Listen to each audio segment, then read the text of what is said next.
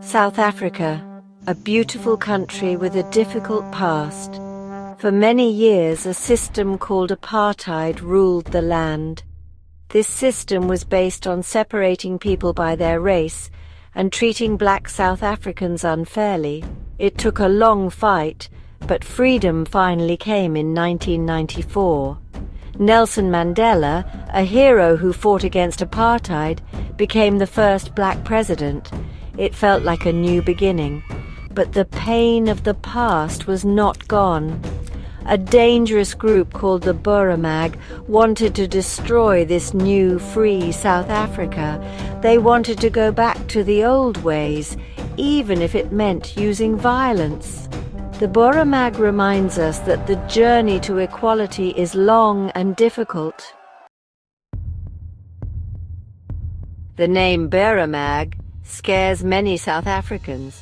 It means Boer force in Afrikaans, the language spoken by some South Africans.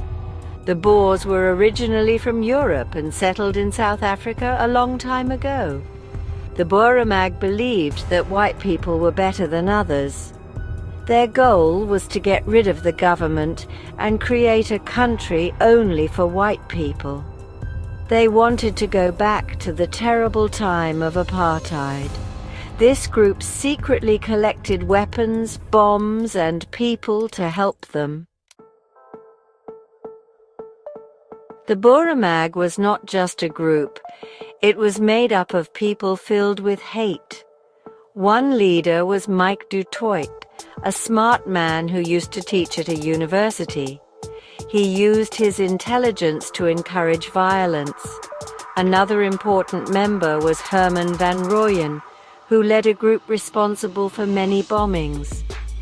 These men, blinded by their beliefs, were willing to hurt innocent people to get what they wanted. In 2002, the Boer started their attacks. They set off bombs in public places trying to scare people. Soweto, a place that had already suffered under apartheid, was attacked again.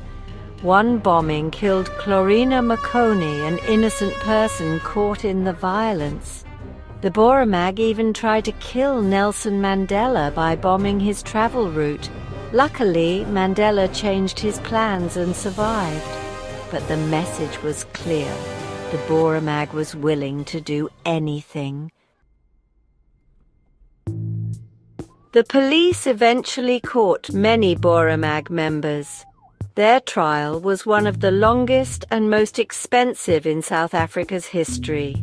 It took over 10 years and cost a lot of money. The judge had to go through a huge amount of evidence.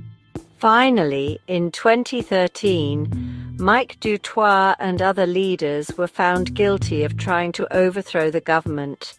They were sent to prison for many years. Du Toit received a 35-year sentence. Some people felt this was fair, while others thought it was too long. The Boer case showed how divided South Africa still was. The government, the African National Congress, was happy with the sentences. They saw it as a win against racism. But some white people thought the trial was unfair and the sentences too harsh. Ordinary people had different opinions too. Some believed the Boer members got what they deserved, while others thought they should have been forgiven. The case made people talk about racism, the effects of apartheid, and how to move forward together.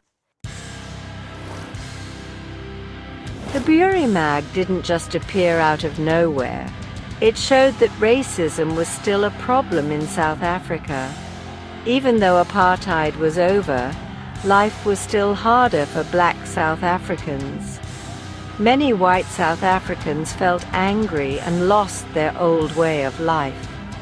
This made it easier for groups like the Boer to grow. The Boer case was more than a trial.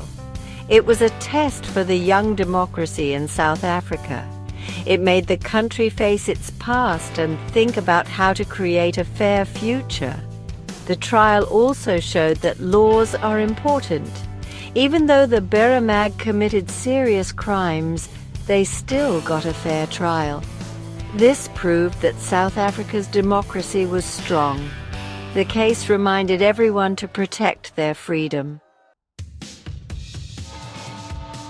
The Beramag story is a scary reminder of the dangers of hate, racism, and how fragile peace can be. But it also shows the strength of people, the possibility of forgiveness, and the importance of hope. South Africa's journey to becoming a truly united and fair country is not over. The past still affects the present. But the story of the Beramag also shows that even in dark times, hope can never be destroyed.